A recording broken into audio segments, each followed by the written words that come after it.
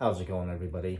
Thanks a lot for joining me for another Mezcal review. Today I'm going to be looking at another Mezcal from Derrumbes. Pretty cool.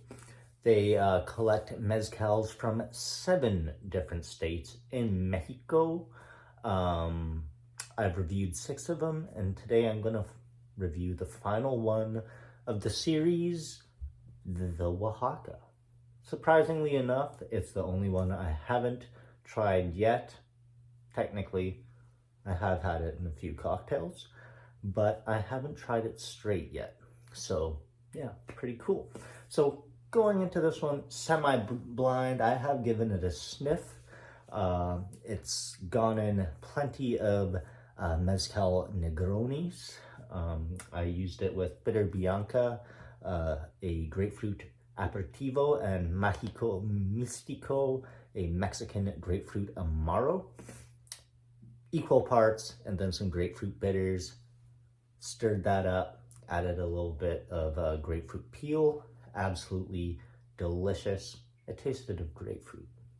Yeah. But yeah, figured give this guy a review.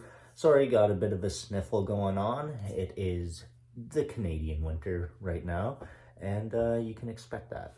But this is Oaxaca Derrumbes, a mezcal from Santiago Matatlan, which I had the pleasure of visiting about a year and a half ago.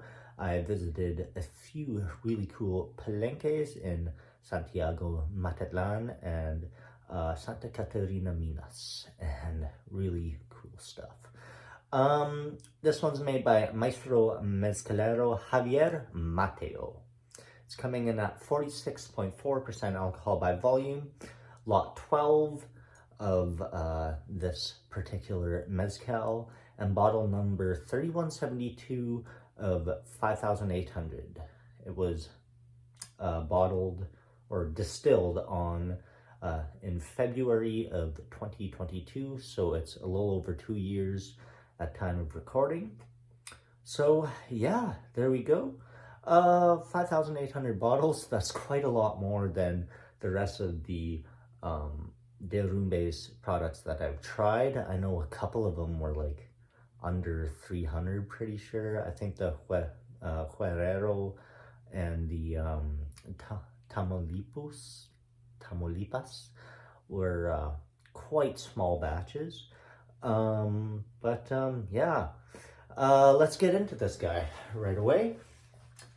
From the bottle, I'm smelling, yeah, maybe just because I had it with a grapefruit themed Negroni, I'm getting like grapefruit peel, earth, hint of smoke, and lots of like, yeah, earthy, salty kind of characters. It smells really nice, not too smoke forward, which I really appreciate in quality mezcals, if they're not too just in your face smoke and that's all you get. Yeah, smells pretty nice. Pricing wise, I paid, I forget exactly, it's between 80 and 85 Canadian, so pretty good price point. The Derrumbes series is well priced in my opinion. The Durango is one of my favorites of the series, and that's like under $60 here in Alberta, Canada, and I think that's unbelievable. You're looking at most industrial, like mainstream, easy to find industrial like mezcals go between 50, 55. This one's 66, and I think that's phenomenal. This is low to mid-tier range pricing, usually $80, $85, at least here, which would be about 70 American, I guess, something like that. Yeah, let's get an aroma on this. 65 American. Our dollar is a little low lately. Let's get an aroma on this guy. Ah, yeah. Takes me back takes me back to Oaxaca. That's why I love Mezcal. It's like a little mini vacation to the land of agave, to the land of majehuel, maguey.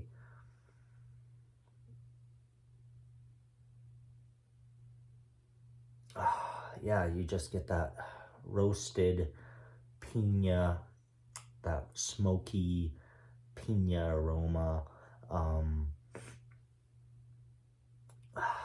Really nice. I mean, just, you get the earth. It just transports my mind back to Oaxaca. Like the earth, the air, the flavors, the aromas just of Oaxaca. It's really cool. Let's dive deeper into this one.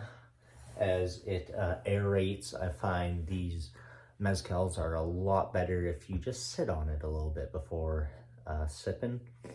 It is made with agaves Augustifolia and Potatoro,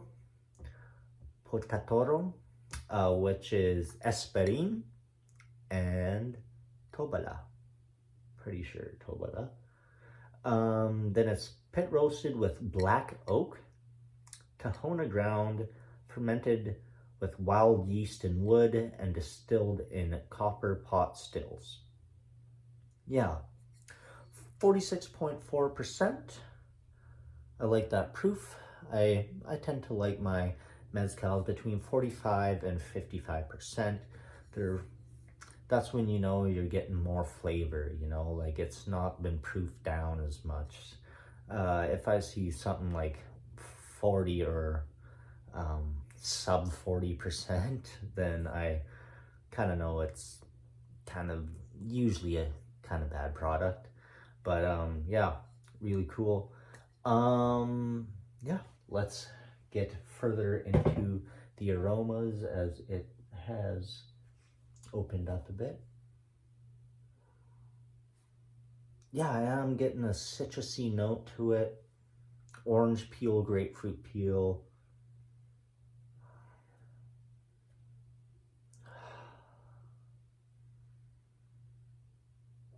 There is an alcoholic singe on the nose, but you can expect that for over 90 proof.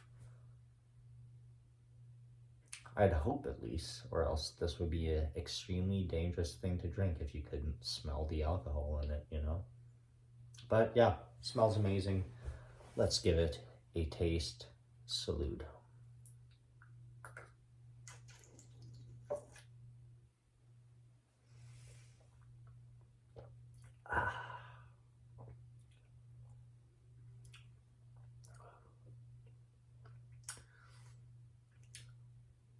A bit more heat than I was expecting from the alcohol, but it is the first sip. Wow, actually quite a lot more heat than I was expecting. There is a alcohol singe. Feeling it in the sinuses for sure. Wow. Let's go for seconds. Hopefully it dies down a little.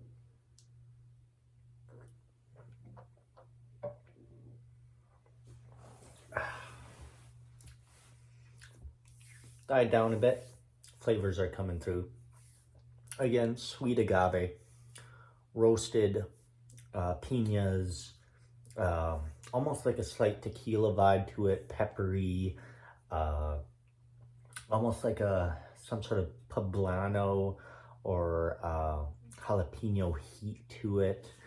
The alcohol is very present, but in a good way. I mean, it's not like a astringent, crazy alcohol, you know. It's like a spicy alcohol, if that makes sense, like a kiss of habanero or something like that.